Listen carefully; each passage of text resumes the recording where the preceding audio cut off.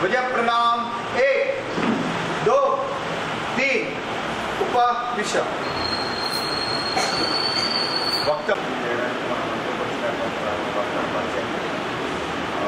పొట్టూరు సురేంద్ర గారు వారు మన సంఘ క్షేత్రంలో ధర్మ జాగరణ విభాగానికి ప్రాంత సాంస్కృతిక దాంట్లో ప్రాంత టోలీ సభ్యులుగా వివరించబడతారు. వారు మన తెలంగాణ ప్రాంతంలో ఉన్నటువంటి ధర్మ జాగరణ కార్యక్రమాలు చూస్తాము. దాంతోపాటు వృత్తిరీత్యా వారు మన జిల్లాలో అనేక మండలాల్లో కూడా ఎంపీడీఓగా బాధ్యతలు నిర్వహించున్నారు. ప్రస్తుతం వారు ఎల్లారెడ్డి ప్రాంతంలో ఉన్నటువంటి డివిజన్లో ఉన్నటువంటి పంచాయతీరాజ్ కార్యక్రమాల్లో ఎంపీడీఓగా వారు వృత్తిని నిర్వహిస్తారు. ఈరోజు మన కార్యక్రమం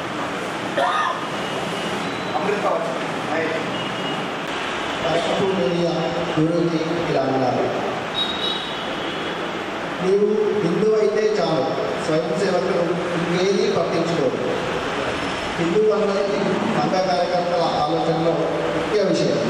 కులం కాదు, తెగ కాదు, ఇంకేదీ కానే కాదు అని బాహ్యంగా ప్రకటించగలిగేటట్టుగా సంఘం స్వయం సేవకుల మనస్సులను తీర్చినందువల్లనే నేను ఈ విధమైన విశిష్టమైన విజయసిద్ధి సంఘానికి లభించింది.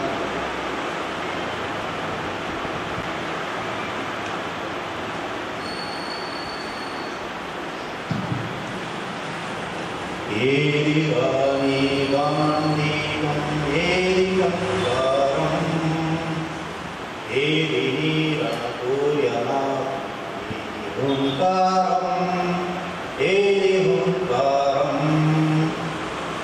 చంద్రగుప్తుని రూపుదిద్దిన చాణక్యుని పెదరదేది జగద్గురుతకు రంగులద్దిన శంకరుని ఆ ప్రతిభ ఏది ఏది నీది పటిమ ప్రజ్ఞాన సౌరభము ఏది నీది పటిమ ప్రజ్ఞాన సౌరభము ఏది రాణి గాంధీవం ఏది కంకారం ఏది నీరణతూర్యనాదం ఏది హుంకారం ఏది హుంకారం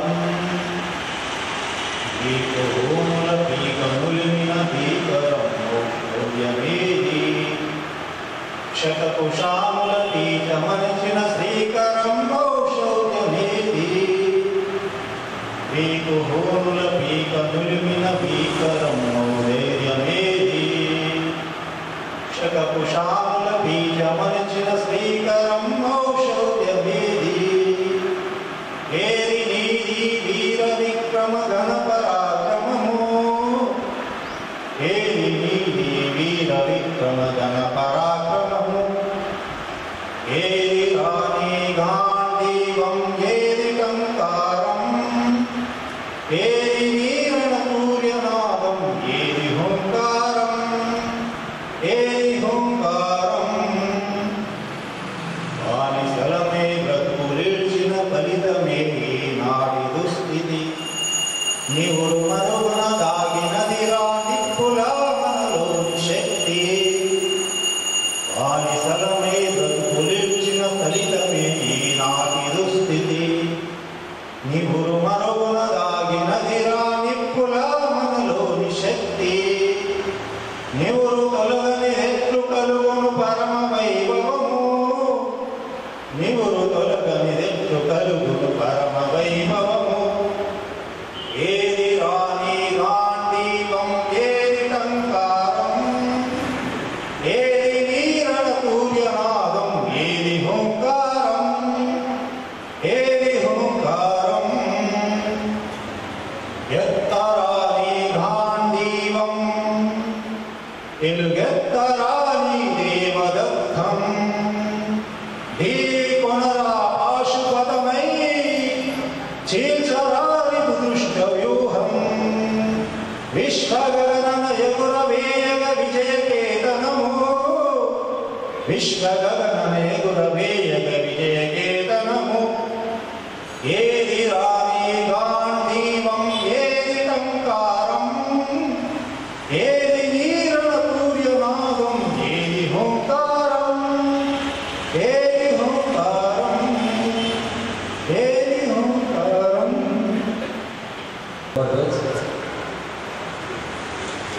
ఆత్మీయ స్వయంసేవ బంధువులారా, సంఘ పెద్దలు, హిందూ బంధువులు, అక్కయ్యలు, మాతలు అందరికీ కూడా విజయదశమి శుభాకాంక్షలు తెలియజేస్తూ,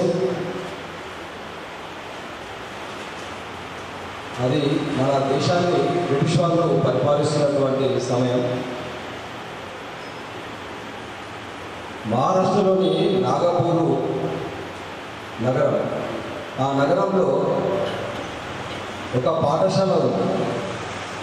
ఆ పాఠశాల పేరు నీల్ సిటీ. అయితే ఇది 1900 సంవత్సరంలో జరిగిన సంఘటన. అయితే అప్పుడు బ్రిటిష్ యొక్క రాణి విక్టోరియా, ఆమెకు 60వ జన్మదినం సందర్భంగా ప్రపంచమంతా కూడా ఆమె యొక్క జన్మదినోత్సవ వేడుకలు జరుగుతున్నాయి. అంటే మన దేశంలో కూడా బ్రిటిష్ వారి పరిపాలన ఉంది కాబట్టి బ్రిటిష్ వాళ్ళ ఆధ్వర్యంలో మొత్తము అన్ని కార్యాలయాల్లో, పాఠశాలల్లో ఆ విక్టోరియా రాణి యొక్క జన్మదినోత్సవ వేడుకలు జరుగుతున్నాయి. ఇది నీల్ సిటీలో కూడా, ఆ నీల్ సిటీ పాఠశాలలో కూడా ఆ వేడుకలు జరుగుతున్నాయి. మరి వేడుకల సందర్భంగా పిల్లలందరికీ కూడా మన దగ్గర 15 ఆగస్టు, 26 జనవరి నాడు పిల్లలందరికీ కూడా స్వీట్లు, మిఠాయిలు పంచినట్టు పిల్లలందరికీ కూడా మిఠాయిలు పంచారు. అందరూ కూడా మిఠాయి తిని వెళ్ళిపోతున్నారు. ఇప్పుడు చిన్నపిల్లల మనస్తత్వము 5 సంవత్సరాలు, 10 సంవత్సరాల పిల్లల మనస్తత్వం ఎట్లా ఉంటుంది? ఏదైనా చాక్లెట్, బిస్కెట్, మిఠాయి ఇస్తే వెంటనే తినేస్తారు. అట్లా అందరు పిల్లలు కూడా ఏమి ఆలోచించకుండా, మరుక్షణం ఆలోచించకుండా ఆ మిఠాయి తిని ఇంటికి వెళ్ళిపోతున్నారు.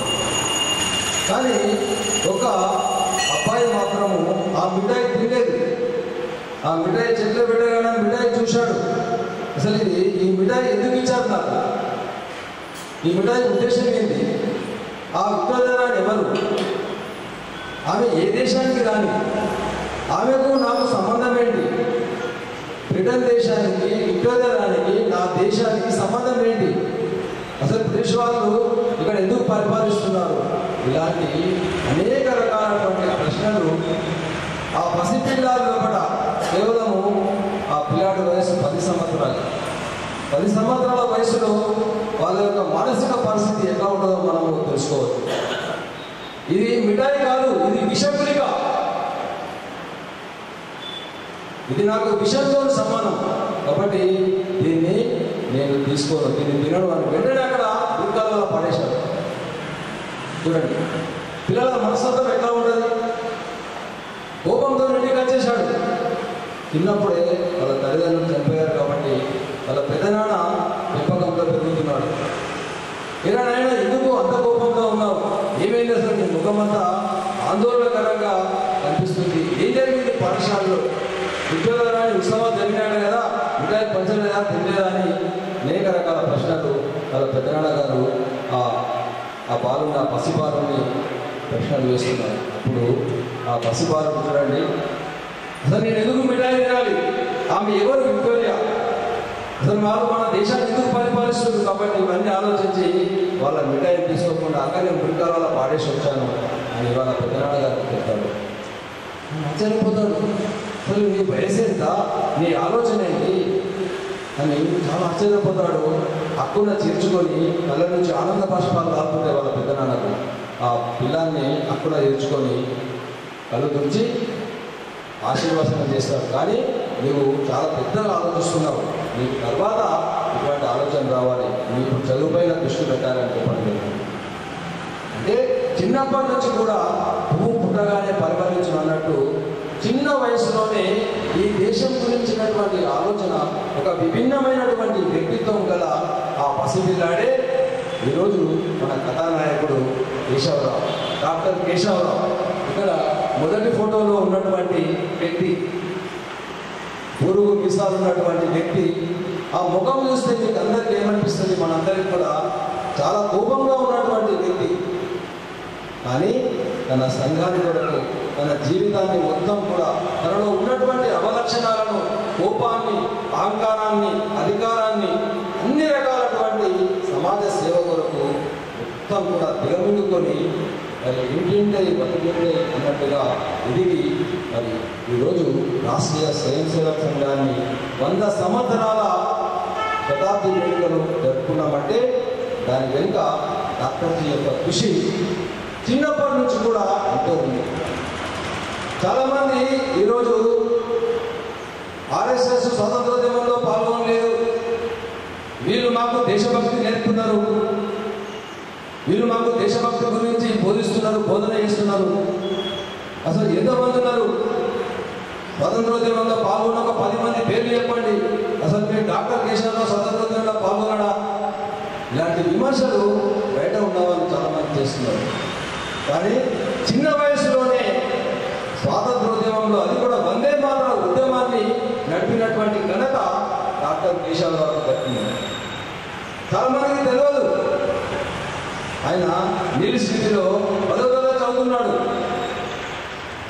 అప్పుడు జిల్లా విద్యాధికారి ఆ పాఠశాలకు ఇన్స్పెక్షన్కు రావడం జరిగింది. జిల్లా విద్యాశాఖకి ఇన్స్పెక్షన్ వస్తుందంటే కేశవరావు ఆలోచించాడు. దేశమంతా కూడా 1905లో దేశమంతా వందే మాతరం ఉద్యమం జరుగుతున్నది, దీనికి నేను నాయకత్వం వహిస్తాను, విద్యార్థి దశలోనే దీనికి నాయకత్వం వహిస్తాను అని చేశాడంటే పిల్లలందరూ ఇళ్ళకు వెళ్ళాడు. మొత్తం 10 తరగతుల ఇళ్లకు, స్కూల్లో చెప్తే బాగుండాలని ఇళ్లకు వెళ్ళాడు. మొత్తం ప్రతి పిల్లవాడికి కూడా చెప్పాడు, రేపు మన ఇన్స్పెక్టర్ రాగానే, జిల్లా విద్యాశాఖ అధికారి రాగానే ఎక్కడికి వచ్చినా కానీ వందే మాతరం నినాదాలతో మన స్కూల్ ప్రాంగణం అంతా మారిపోవాలి అని చెప్పేశాడు. ఎవరికి తెలియదు, తల్లిదండ్రులకు తెలియదు, పాఠశాల హెడ్ మాస్టర్ తెలియదు, ఉపాధ్యాయులకు తెలియదు. తెల్లారి డిఓ గారు వచ్చారు, నేరుగా కేశవరావు ఉన్నటువంటి 10వ తరగతికి వెళ్ళాడు. మొత్తం అందరు విద్యార్థులంతా వందే మాతరం, వందే మాతరం, వందే మాతరం అనే నినాదాలతో తరగతి గది మారిపోతుంది. ఆయన ఆశ్చర్యపోయాడు, నా పాఠశాలలో, నేను పరిపాలిస్తున్నటువంటి పాఠశాలలో స్వాతంత్రోద్యమం నడవడం ఏంటి? ఇంతని కోపంతో 9వ తరగతికి వెళ్ళాడు. అక్కడ కూడా వందే మాతరం, 10 తరగతులు కూడా వెళ్ళాడు. ఆ స్కూల్ ప్రాంగణం అంతా కూడా వందే మాతరం, వందే మాతరంతో మారిపోయింది. అందరూ ఆశ్చర్యపోయాడు. ఎవరు దీని కారణం ఎవరంటే ఎవరు చెప్పడం లేదు, ఎవరు కూడా హెడ్ మాస్టర్ చెప్పడం లేదు, ఉపాధ్యాయులు చెప్పడం లేదు. చివరికి డివిజనల్ రిజిస్టర్లో ఈ స్కూల్ను సస్పెండ్ చేస్తున్నాను, ఈ స్కూల్ నిరవధికంగా దీన్ని బంద్ చేస్తున్నాను, మూత వేస్తున్నానని చెప్పేసి రాష్ట్రం చెప్పండి. ఈ వందే మాతరం ఉద్యమానికి కారణం ఎవరో అది తేలే వరకు ఈ పాఠశాల మూత పడుతుందని డివిజనల్ రిజిస్టర్లో రాష్ట్రం చెప్పాడు డిఓ గారు. హెడ్ మాస్టర్ విచారణ చేశాడు, ఉపాధ్యాయులు విచారణ చేశారు, తల్లిదండ్రులకు విచారణ చేశారు, విచారణ కమిటీ చేశారు, ఎవ్వరు కూడా చెప్పలేదు. కాబట్టి నేరుగా హెడ్ మాస్టర్ దగ్గరికి వెళ్ళేసి చెప్పాడు, ఈ వందే మాతర ఉద్యమాన్ని నాయకత్వం వహించింది, అందరితోటి వందే మాతర ఉద్యమ నినాదాలను ఇప్పించింది నేనే. కాబట్టి శిక్షిస్తే నన్ను శిక్షించండి, బహిష్కరిస్తే సస్పెండ్ చేస్తే నన్ను సస్పెండ్ చేయండి, కానీ పాఠశాలను మూతపడడానికి మీరు అవకాశం ఇవ్వకండి.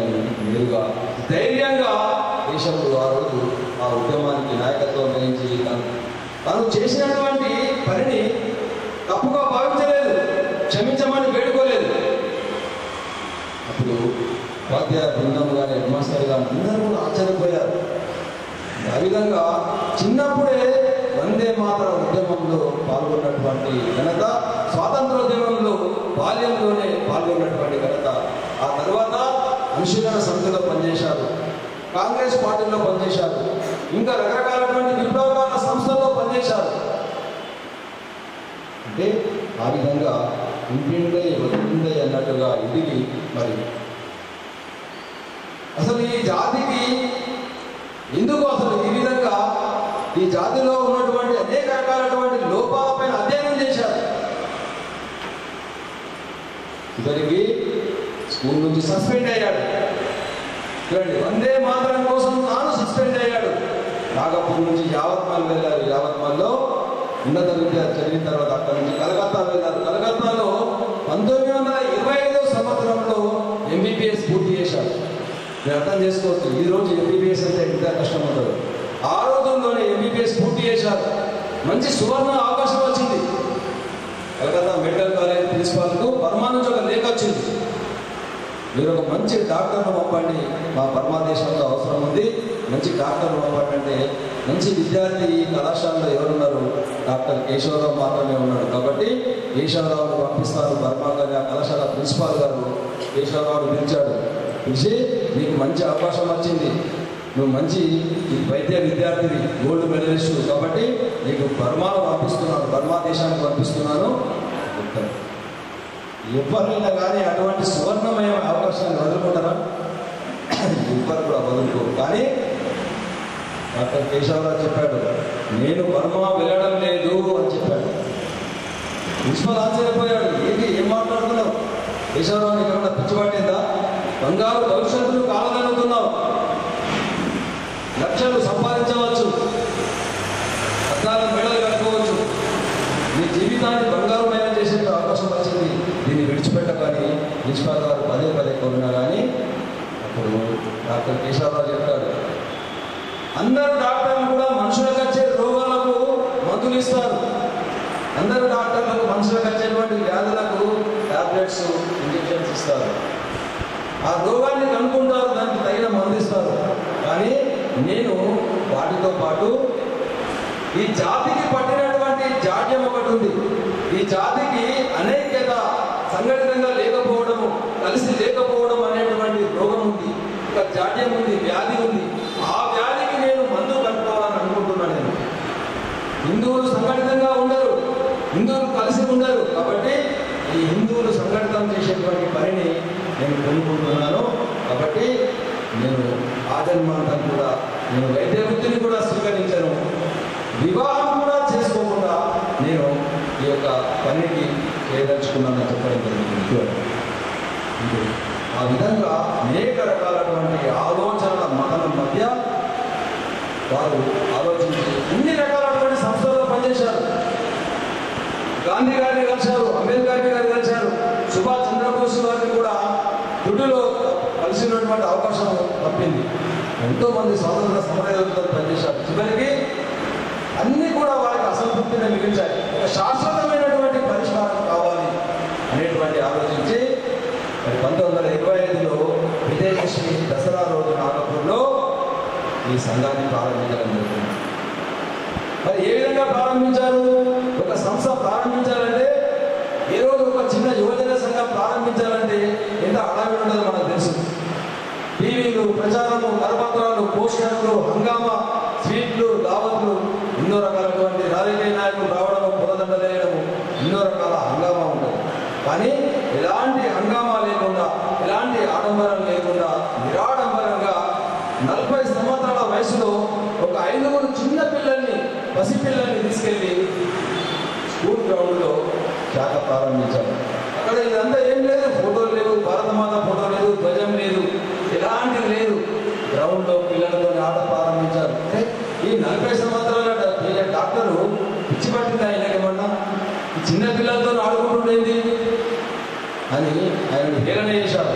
ఏం చేశావు, ఏం చేస్తున్నావు, నువ్వు వెళ్ళిపోతున్నావు అంటే, నేను హిందూ సంఘటన చేయడానికి పనిచేస్తున్నాను, రోజు హిందూ సంఘటన చేస్తున్నా, రోజు కొంత హిందూ సంఘటన చేస్తున్నా అని వాళ్ళకి ధైర్యంగా చెప్పారు. అప్పుడు వాళ్ళు హేళన చేశారు. హిందూ సంఘటన అంటే మజాక్ అనుకుంటున్నావా, ఏమైనా గమ్మత్తు విషయం అనుకుంటున్నావా డాక్టర్? హిందూ సంఘటన అంటే కప్పెల తక్కడ లాంటిది. తక్కల్లో కప్పలు జోకొస్తుందా? ఒక కప్ప వేస్తే ఇంకొక వెళ్ళిపోతుంది. ఇటువంటి పనిని నువ్వు చేయజాలని విమర్శించారు. అనేక రకాలైనటువంటి అడ్డంకుల మధ్య, అనేక రకాలైనటువంటి ఆటంకాల మధ్య, అవమానాల మధ్య వాటన్నింటినీ కూడా ఎదుర్కొంటూ మీ సంఘ పనిని ముందుకు తీసుకెళ్తారు. అంటే వారి యొక్క తీవ్రమైనటువంటి శ్రమ. ఇక్కడ ఉన్నటువంటి వాళ్ళు చాలా మంది డాక్టర్ని ఎవరు చూడలేదు. నా వయసు 60 సంవత్సరాలు, నేను 10 సంవత్సరాల నుంచి శాఖకు వస్తున్నా. నేను డాక్టర్ని చూడలేదు, గురువుని చూడలేదు. కానీ నాలాంటి లక్షల మంది స్వయం సేవకులు దేశ విదేశాల్లో, ఈరోజు మన నగరంలో కూడా ఒక 90 సంవత్సరాల స్వయం సేవకులు ఇప్పటికి కూడా వారు జ్యేష్ఠ స్వయం సేవకులు. కలవడగా గంగాధర్ గారు 90 సంవత్సరాల వయసులో కూడా సంఘాన్ని గురించి, దేశం గురించి ఆలోచించేటువంటి వ్యక్తులు. ఇటువంటి లక్షలాది స్వయం సేవకులను వారు తయారు చేశారు. అంటే ఎంత శ్రమ పడ్డారు అని అంటే, వారు చివరి దశలో డాక్టర్జీకి చివరి దశలో ఆపరేషన్ అయింది. లంగర్ పంచర్ ఆపరేషన్ అయితే బ్లడ్ షాంపూ తీయాలి. బ్లడ్ షాంపూ తీయాలంటే మనందరికీ బ్లడ్ వస్తుంది, కానీ వారికి కేవలం నీళ్లు రావడం జరిగింది. ఆ ఇంజెక్షన్ బ్లడ్ తీద్దామంటే కేవలం నీళ్లు రావడం జరిగింది. అంటే మన రక్తము ప్రతి పొట్టును కూడా నీరుగా కార్చి మరి ఈ యొక్క కార్యాన్ని తీసుకెళ్ళడం జరిగింది. అందుకనే ఈ 100 సంవత్సరాల కాలక్రమంలో సంఘము మరి ఇంత అభివృద్ధి చెందిందో మనకు చూడవచ్చు. డాక్టర్స్ కూడా బహుశా ఊహించి ఉండడం అనుకుంటా, మనం ఎవరం కూడా ఊహించి ఉండడం అనుకుంటా. కేంద్ర ప్రభుత్వము తానే స్వయంగా కేంద్ర ప్రభుత్వమే మొన్న విజయదశమి నాడు సంఘం యొక్క 100 సంవత్సరాల సందర్భంగా 100 రూపాయల నాణాన్ని కేంద్ర ప్రభుత్వం విడుదల చేసిందంటే దాని యొక్క మరి ఊహకుదరటువంటి విషయం. ఏ స్వయం సేవ కూడా ఎవరు కూడా ఊహించారు. ఆ విధంగా అనేక రకాలటువంటి ఉత్తాన పతనాల మధ్య సంఘం ఎదిగింది. ఈరోజు సంఘం అనేటువంటిది 100 సంవత్సరాలు అయిన తర్వాత కూడా కొనసాగుతుంది. ఇది ఎప్పుడు కూడా పని చేస్తూనే ఉంటుంది. అసలు ఏం చేస్తారు, ఇందులో ఉన్నటువంటి గొప్పదనం ఏంటి, ఎందుకు ఈ విధంగా ఎదిగింది? డాక్టర్జీ శ్రమ పక్కకు పెట్టండి, కానీ డాక్టర్జీ అందినటువంటి సిద్ధాంతం ఏంటి, ఎందుకు ఈ 100 సంవత్సరాలు విజయవంతమైంది అన్నప్పుడు వారు చెప్పారు, మీకు 24 గంటలు ఉంటాయి, 23 గంటలు మీ సొంత కొరకు వాడుకోండి, 1 గంట మాత్రం దేశం గురించి ఆలోచించండి, కేవలం 1 గంట ఈ దేశం గురించి ఆలోచించండి అని వారు మన జాతికి సందేశం ఇచ్చారు. 1 గంట ఈ కార్యక్రమం కూడా 1 గంట, రోజు శాఖ కూడా 1 గంట. కాబట్టి ఆ గంట సేపట్లోనే మరి ఏం చేస్తాం? శాఖకు రాని వాళ్ళు, ఇప్పుడు చెప్పాను కదా, శాఖకు రాని వాళ్ళు సంఘాన్ని అదని ఇదని మతోన్మానమని వారికి వ్యతిరేకమని వీరికి వ్యతిరేకమని రకరకాలటువంటి పుంగాలుగా సంఘాన్ని విమర్శిస్తున్నారు. కానీ వాళ్ళు ఎవరు కూడా సంఘానికి వచ్చినటువంటి వాళ్ళు కాదు, సంఘ శాఖలో పాల్గొన్నటువంటి వాళ్ళు కాదు. ఆ భారతమాత ఒడి లోపల మరి బోధనాడినటువంటి వాళ్ళు కాదు. అక్కడ ఏం చేస్తారు? కేవలం కబడ్డీ, ఖోఖో ఇటువంటి చిన్న చిన్న ఆటలు ఆడము, పాటలు పాడము, ఇప్పుడు అమృతవచనము, ఈ వైయక్తికి ఇటువంటి గీతులు పాడము, ఇటువంటి పనే జరిగింది. ఇది 100 సంవత్సరాలుగా కొనసాగుతుంది. మరి ఇక్కడ భూకంపాలు వస్తే సేవ చేయడం నేర్పరు. ఇక్కడ సైనికులకు సహాయం చేసేటువంటి విద్య కూడా ఈ గ్రౌండ్లో నేర్పరు. చూడండి, నేను చూస్తున్నాను 60 సంవత్సరాల నుంచి శాఖలో 5గురే ఉంటారు, 10 మంది ఉంటారు, ఉత్సవాలప్పుడు 100 మంది ఉండొచ్చు. కానీ ఇక్కడ ఎలాంటి కూడా సేవా కార్యక్రమాలు చేయాల్సిగా చూస్తున్నాం. ఒక స్వయం సేవకును అనేక రాష్ట్రాల్లో కూడా మంత్రులుగా, ఎమ్మెల్యేలుగా, రాజకీయ నాయకులుగా, విదేశీ ప్రతినిధులుగా చూస్తున్నాం. 2014లో కొందరు అనుకున్నారు, అంటే ఇది చెప్తున్నాను, 2014లో మోడీ గారు ప్రధానమంత్రి అయిన తర్వాత నేను చాలా మంది నోట విన్నాను, ఇక మీ పని అయిపోయింది, ఇక మీకు మంచి ప్రధానమంత్రి అయిపోయాడు, ఈ ఆర్ఎస్ఎస్ ఫుల్ ఫండ్స్ వస్తాయి కేంద్ర ప్రభుత్వం నుంచి, మీ శాఖలు బంద్ పెట్టుకోవచ్చు, శాఖలు అయిపోయింది కదా, మీరు అనుకున్న లక్ష్యం మీద నెరవేరింది, మీకు కావాల్సింది ఇప్పుడు కాదు, అటల్ బిహారీ వాజ్పేయి గారు అయినప్పుడే అయిందని చెప్పారు వాళ్ళు. కానీ అటల్ బిహారీ వాజ్పేయి గారైనా, మోడీ గారైనా, ఇంకెవరైనా కానీ ఈ సంఘం అనేటువంటిది ఆగిపోదు. చెప్పిన సమాధానం, సంఘము నిరంతరం కొనసాగుతూనే ఉంటుంది. వాళ్ళు ఏమంటారంటే సంఘము కమ్యూనిస్టులకు వ్యతిరేకము, ముస్లింలకు వ్యతిరేకము, లేకపోతే క్రైస్తవులకు వ్యతిరేకము, ఇది మతోన్మాన సంస్థ, ఇలాంటి అనేక రకాలటువంటి విమర్శలు చేస్తున్నాం. అంటే ఈ విమర్శల మధ్య సాక్షాత్ క్రైస్తవులుగా పుట్టి క్రైస్తవులుగా ఉండి మరి క్రైస్తవులే ఈరోజు కళ్ళు తెలుస్తున్నారు, ముస్లింలు కూడా కళ్ళు తెలుస్తున్నారు సంఘం అటువంటి సంస్థ కాదని.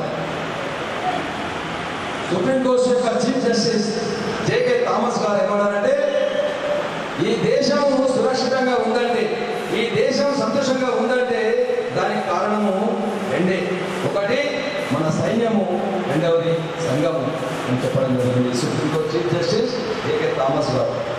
అదే ఊరికే అనలేదు కదా, ఇంత అధ్యయనం చేసి ఉంటారు ఆ మాట అనడానికి.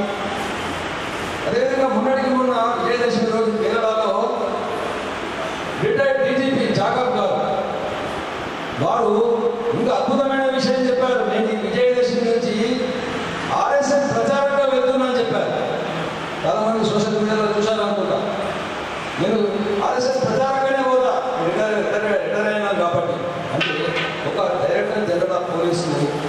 ఎంత ధైర్యం ఉండాలి ఆ మాట చెప్పడానికి. కాబట్టి సంఘ శాఖలో నేర్చుకున్నటువంటి ఈ శీలం వల్ల, ఈ క్యారెక్టర్ వల్ల మరి సంఘ స్వయం సేవకులు వాళ్ళ రంగాల్లో అనేక రకాలటువంటి వాళ్ళ యొక్క అభివ్యక్తీకరణ చేస్తున్నారు. మరి ఎన్ని సంవత్సరాలైనా కానీ ఇందులో శాఖకు రాకుంటే, సంఘ పని చేయకుంటే ఇందులో ఎవరిపైన కోపం ఉండదు, ఎవరికి అధికార దాహం ఉండదు. నేను ఈ బాధ్యత వహిస్తా, నేను ఈ అధికారంలో ఉంటా, నేను అధ్యక్షుడిగా ఉంటా అనేటువంటి అహంకారం ఉండదు. ఎవరు శాఖ పని చేయకుంటే, శాఖకు రాకుంటే ఎవరికి మెమోలు ఇయ్యరు, ఎవరిని సస్పెండ్ చేయరు, ఎవరికి పూలదండలు వేయరు. అంటే శ్రీకృష్ణుడు చెప్పినట్టు ఒక నిష్కామ కర్మ అనేటువంటి, అంటే నిరంతరము నిష్కామ కర్మతోటి ఆ దేశానికి, ధర్మానికి సేవ చేయడం అనేటువంటిది అద్భుతమైనటువంటి అవకాశం లాగా భావిస్తారు. వారు ఇచ్చినటువంటి సిద్ధాంతం ఏంటి? ఈరోజు ఎవరైనా కానీ ఒక చిన్న యువజన సంఘానికి అధ్యక్షుడు అంటే కూడా ఎంత గొడవ జరుగుతుందో, ఒక పార్టీకి అధ్యక్షుడు కావాలంటే కూడా ఎంత గొడవ జరుగుతుందో మనకు తెలుసు. కానీ నేనే అధ్యక్షుడిగా ఉంటా, నేనే చిరకాలం అధినేతగా ఉంటా అనేటువంటి అధికార దాహం లేదు వారికి. వారు ఏం చేశారు? అటువంటి ప్రస్తావన వచ్చినప్పుడు ఈ భగవద్ధ్వజాన్ని, ఈ కాషాయ ధ్వజాన్ని ఈ సంఘానికి అధిపతిగా ఉంచారు, గురువుగా ఉంచారు. చూడండి ఎంత గొప్ప విషయం. ఇప్పుడు ఇటువంటి ఆచారం, ఇటువంటి సాంప్రదాయం ఎక్కడైనా, ఏ దేశంలో అయినా కానీ, ఏ సంస్థలైనా కనపడుతుందా? అక్కడ కూడా కనిపించదు. అది కార్యక్రమం యొక్క గొప్పతనం. ఇప్పుడు ఇదే కార్యక్రమం, ఇటువంటి వేరే కార్యక్రమం ఉంటే ముఖ్య అతిథికి పునరులు, శాలువలు, రకరకాల హంగామా ఉంటుంది. ఇక్కడ ఎలాంటి హంగామా ఉన్నది, నిరాడంబరంగా ఇక్కడ కార్యక్రమం కొనసాగుతుంది. అదేవిధంగా వచ్చిన సిద్ధాంతం ఏంటి? నాకు ఇంతకు ముందు ఎవరు మాట్లాడుకుంటే వినండి, చాలా మంది వాళ్ళ ring tone, mobile ring tone నమస్తే సదావసలు వస్తారు. నేను కొందరిని అడిగాను, నమస్తే సదావసలే రింగ్ టోన్ పెట్టుకున్నారు కదా, మీరు స్వయం సేవక, మీరు కార్యకర్తలు అంటే, లేదు నేను స్వయం సేవకులు కాదు, నేను కార్యకర్తలు కాదు, మీకు సంఘంతో సంబంధం అంటే, నేను సంఘంతో సంబంధం కూడా నాకు లేదు అని చెప్పారు. మరి ఎందుకు పెట్టుకున్నారంటే చాలా బాగుందని చెప్పారు. ఏం బాగుందో అర్థం కాదు, దాని అర్థం కూడా వాళ్ళకి తెలియదు. కాబట్టి ప్రార్థనలో ఇంత ఉదాత్తమైనటువంటి ప్రార్థన అంటే చూడండి, అంటే సంఘము ఎందుకు విజయవంతమైంది అనడానికి కొన్ని ఉదాహరణ చెప్తున్నాను. సంఘంలో ఒక ప్రార్థన ఉంది, నమస్తే సదావత్సలే. అంటే అందులో మన ప్రార్థన ఎవరైనా కానీ, ఇప్పుడు దేవాలయం ఉంది, సంతోషమాత ఆ యొక్క అమ్మవారితో ఏమని కోరుకుంటామంటే, ఎవరైనా కానీ మన నవరాత్రులు విశేషంగా పూజలు చేశాం. ఇక్కడ అమ్మవారిని ఏం కావాలని కోరుకుంటాం, తిరుపతి పోయి దేవుడితో ఏం కావాలని కోరుకుంటాం. అవన్నీ మన వ్యక్తిగత కోరికలు. నాకు అది కావాలి, ఇది కావాలి, ఆరోగ్యం బాగుండాలి, ఉద్యోగం రావాలి, నా పిల్లలు బాగుండాలి, నా భార్య బాగుండాలి, నా భర్త బాగుండాలి, ఇటువంటి వ్యక్తిగతమైనటువంటి భౌతికమైన కోరికలు కోరుకుంటాం. కానీ ప్రార్థనలో ఏముంది? చాలా మంది తెలియని అర్థము, అది బాగుందంటున్నారు, దాన్ని ఇంట్లో పెట్టుకుంటున్నారు. అంటే అందులో ఆ భగవంతుని కొన్ని కోరికలు కోరుకుంటున్నాం. ఏమనంటే, మాకు అజేయమైనటువంటి శక్తినిమ్ము, మాకు వ్యక్తిగతంగా ఎలాంటి కోరికలు లేవు, మా దేశము ఎవరి చేత కూడా గెలవలేనటువంటి శక్తిని ఇవ్వు అని ఆ ఈశ్వరుని ఆ ప్రార్థనలో పెట్టుకుంటున్నాం. ఇంత గొప్ప విషయం చూడండి. మరి ఎటువంటి శక్తి? ఒక దైవీ శక్తి కావాలని కోరుకుంటున్నాం, రాముడి యొక్క శక్తి కావాలని కోరుకుంటున్నాం, రావణుడి శక్తి కాదు. కాబట్టి ఆ విధంగా ఆ పరమేశ్వరుని మాకు శక్తినివ్వు. అదేవిధంగా ప్రపంచం అంతా కూడా మా కాళ్ళు మొక్కేటట్టు, మా దేశం అంటే గౌరవించేటట్టు, మా దేశం ముందు పాలాక్రాంతం అయ్యేటట్టు ఒక వినమ్రతను, ఒక గొప్ప గుణాన్ని, ఒక శీలాన్ని ఎందుకంటే క్యారెక్టర్ చాలా మంది క్యారెక్టర్ అంటుంటారు. ఈరోజు ఐఏఎస్ ఆఫీసర్లు కూడా ఏసీబీకి పట్టుబడుతున్నారు. ఎవరు చదువుకోలేదా? మరి ఐఏఎస్ ఆఫీసర్లు చదువుకోలేదా? ఎంత గొప్ప చదువు ఐఏఎస్ అంటే. ఐఏఎస్ ఆఫీసర్లు సైతం ఏసీబీకి పట్టుబడుతున్నారు.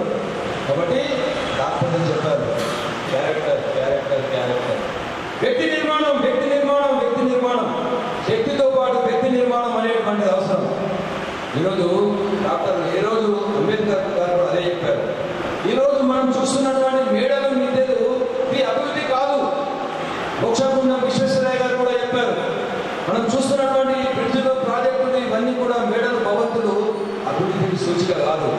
నిజమైనటువంటి అభివృద్ధి సూచిక అంటే క్యారెక్టర్.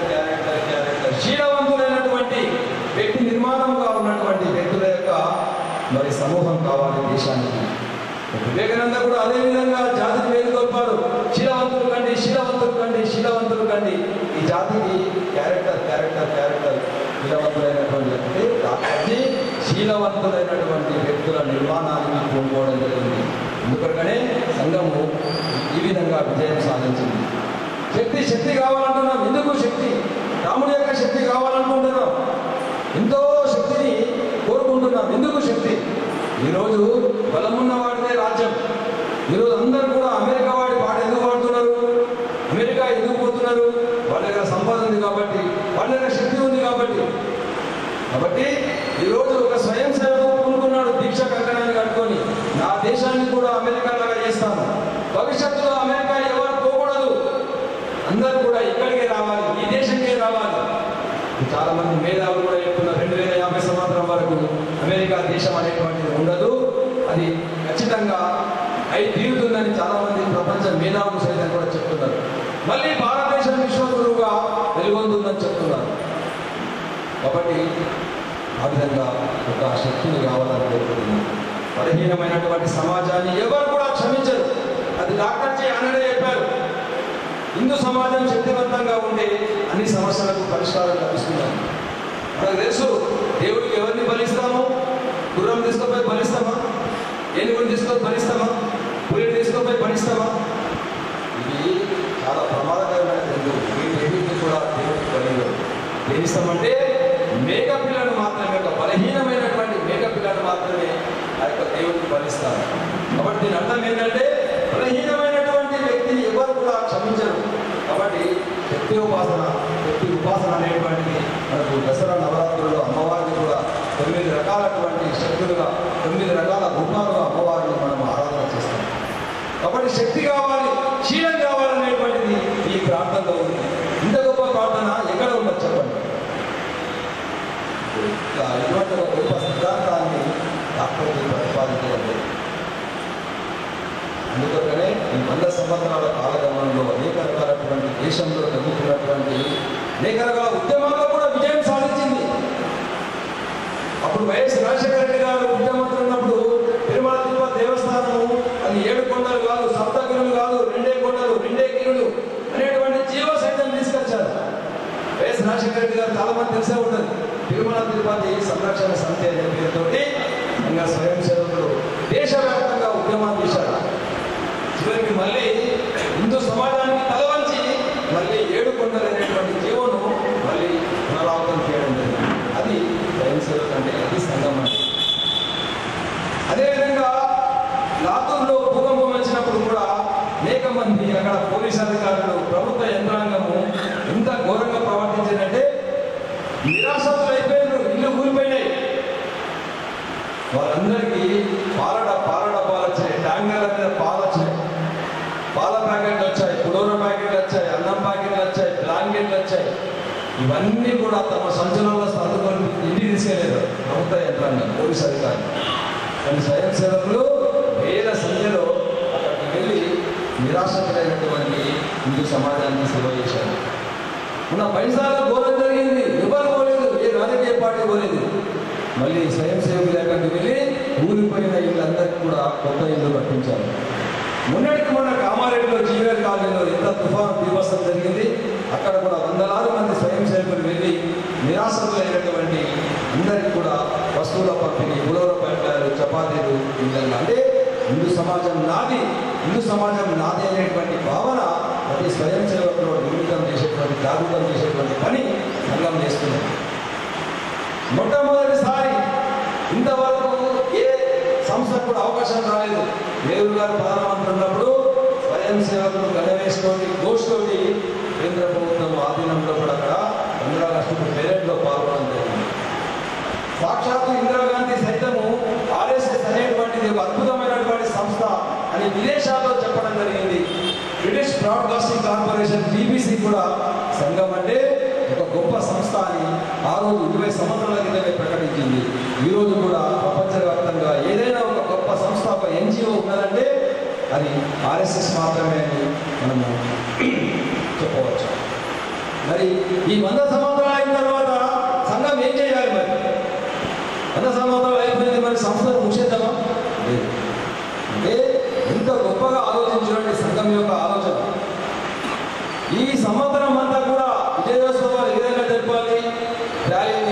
ధర్నాలు చేసుడు, మీటింగ్లు, సెమినార్లు వెళ్ళుడు, దావతులు చేసుడు, స్వీట్లు పంచుడు కాదు.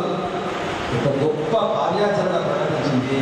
అద్భుతమైనటువంటి అంటే ఈ సంవత్సరం అంతా కూడా దేశంలో 1,00,000 గ్రామాలకు మన భావజాలాన్ని తీసుకెళ్ళాలి. ఒక 5 రకాలటువంటి కార్యక్రమాలను ప్రణాళిక రూపొందించుకున్నది.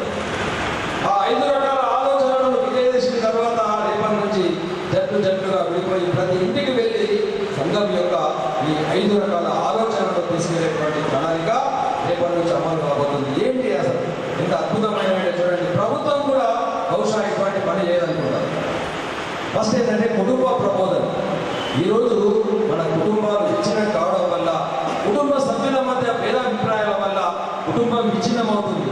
అమ్మాయిలు ఎటుపోతుందో తెలవడం లేదు, అమ్మాయిలను ఏ విధంగా లవ్ చేయాలని గురి చేస్తుందో తెలవడం లేదు, అమ్మాయిలను అదంశేఖర్ కవి వాళ్ళ జీవితాలను ఏ విధంగా చుచ్చుతుందో తెలవడం లేదు. కాబట్టి కుటుంబ సభ్యులు కనీసము కలిసి ఉండాలి, కనీసము రోజు కలిసి భోజనం చేయాలి, కనీసం వారానికి ఒకసారి భజన చేయాలి.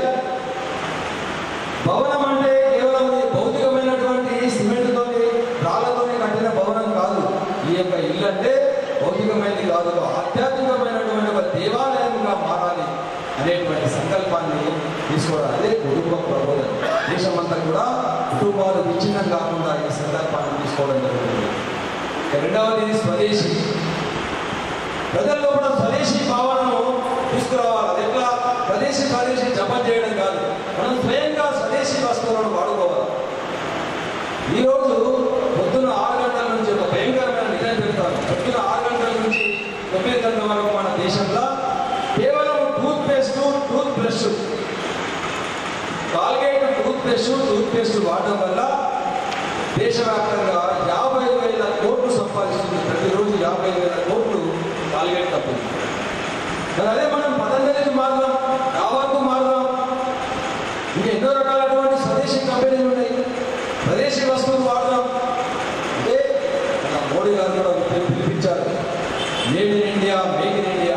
ఎంతో మంది దుగ్గిరాల గోపాలకృష్ణ కానివ్వండి, బాలగంగాధర తిలక్ కానివ్వండి, లాల్ పాల్ ఎంతో మంది విదేశీ వస్తువులు బహిష్కరించారు, విదేశీ వస్తువులను కాలబెట్టారు. కాబట్టి మోడీ గారు కొత్తగా ఏం చెప్పలేదు. కాబట్టి మనం స్వదేశీ వస్తువులను వాడాలి. మళ్ళీ స్వదేశీ మన మాతృభాషను గౌరవించాలి. మన యొక్క వేషధారణ మనందరం కూడా ఇప్పుడు చూడండి, ఇల్లమ్మ గుట్ట నుంచి పులాంపురం దాకా అన్ని విదేశీ వస్త్రాల యొక్క షాపులు ఉన్నాయి, బట్టల షాపులు అన్ని విదేశీ కంపెనీలు. అవి నేను చూస్తాను. నేనైతే ఒక్కరు కూడా షాపులలో అడగలేదు. మరి దానివల్ల ఏమైతుంది? మన యొక్క కాటన్ వస్త్రాలు మూలం పడిపోతున్నాయి, మన ఖాదీ షాపులు మూలం పడిపోతున్నాయి. ఆఖరికి వాళ్ళు ప్రగతి నగరంలో మునుగాపు సంఘంలో ప్రతి సంవత్సరం ఎవరో వచ్చి 50% సబ్సిడీ ఇస్తాం కొనుక్కోండి అని పిచ్చమనుకుంటున్నారు. చూడండి, మన దేశంలో కాటను, దూరికి, పత్తికి పెట్టింది పేరు మన దేశం. అటువంటి దేశంలో మరి స్వదేశీ భావన అనేటువంటిది ఈ సంవత్సరం అంతా కూడా ప్రజల్లో కూడా స్వదేశీ భావన రెండవది. ఇక్కడ మూడవది పర్యావరణం. అంటే మన ప్రకృతిని కూడా పరిరక్షించుకోవాలి, ప్రకృతిని విధ్వంసం చేయకూడదు. మరి ఈ పంచభూతాలను సంరక్షించుకోవాలి, నీళ్లను మితంగా వాడాలి. ఈ భూతాపానికి గురవుతున్నటువంటి, భూమికి తాపం కలిగిస్తున్నటువంటి, ప్రజల ఆరోగ్యానికి ఒక గొడవలు పెట్టలాగా ఉన్నటువంటి మన ఒంట్లోకి, మన రక్తంలోకి, మన ఇంట్లోకి, మన పూజ గదిలోకి వెళ్ళినటువంటి ప్లాస్టిక్ యొక్క శాపంగా మారింది. ప్లాస్టిక్ నిషేధించాలి, పర్యావరణాన్ని రక్షించాలి అనేటువంటి ప్రచారం కూడా సంఘానికి కూడుకోవాలి. అదేవిధంగా పౌర నియమాలు, ఏది నాకు స్వేచ్ఛ ఉంది కాబట్టి ఏది పడుతుంది మాట్లాడతానే నడవదు. దానికంటూ కొన్ని నియమాలు ఉన్నాయి. హెల్మెట్ పెట్టుకోవాలి, సిగ్నల్ వచ్చినప్పుడు ఆగాలి, రాంగ్ రూట్లో వెళ్ళకూడదు, ఇటువంటి కొన్ని నియమాలు. ఇట్లా పంచ పరివర్తన కూడా ఈ మార్పును తీసుకురావాలనేటువంటి ఈ భావన ఏదైతే ఉందో సామాజిక సమరసత. 5వది అంటే మన సమాజంలో కూడా హెచ్చుతగ్గులు అనేటువంటి లేవు, కులభేదాలు లేవు, అందరూ కూడా సమానమే, అందరూ కూడా ఈ తల్లి యొక్క బిడ్డలమే అనేటువంటి భావనను తీసుకురావడానికి సంఘము ఈ 5 రకాల ఆలోచనలు పంచ పరివర్తన పేరిట ఈ సంవత్సరం అంతా కూడా చేసేటువంటి భుజాలు వేసుకొని సంఘము ఇంకా 100 సంవత్సరాల కాలగమనానికి ఈరోజు మనం ముందుకు వెళ్ళాలి. సంఘ పనిని ఇంకా ముందుకు తీసుకెళ్ళాలి. ఇది ఒక అదృష్టం అనుకోవాలా. ఇదొక భగవంతుని కార్యము, ఇదొక ఈశ్వరీయ కార్యము. ఇంతకన్నా మించినటువంటి కార్యం ఎక్కడ లేదు. ఇది చేసినట్టయితే అందరికి ఎవరికి వాళ్ళకి అనుభూతి కలుగుతుంది. ఇందులో ఎంతో ఆనందం ఉన్నది, ఎంతో ఆత్మ సంతృప్తి ఉంటుంది. ఆ విధమైనటువంటి దిశలో కూడా మరి డాక్టర్ గురూజీ దాన్ని మహాత్ములు చూసినటువంటి బాటనే మనందరికీ కూడా మార్గదర్శనం కావాలని, ఆ విధమైనటువంటి పనిని ఈ యొక్క పంచ పరివర్తన పనిని సమాజంలో విశ్వగా తీసుకెళ్ళేటువంటి బాధ్యత తీసుకుంటూ ఈరోజు దీక్ష తీసుకుందామని తెలియజేస్తూ అందరికీ కూడా ధన్యవాదాలు తెలియజేస్తూ ఇస్తాను. జై హింద్, జై భారత్.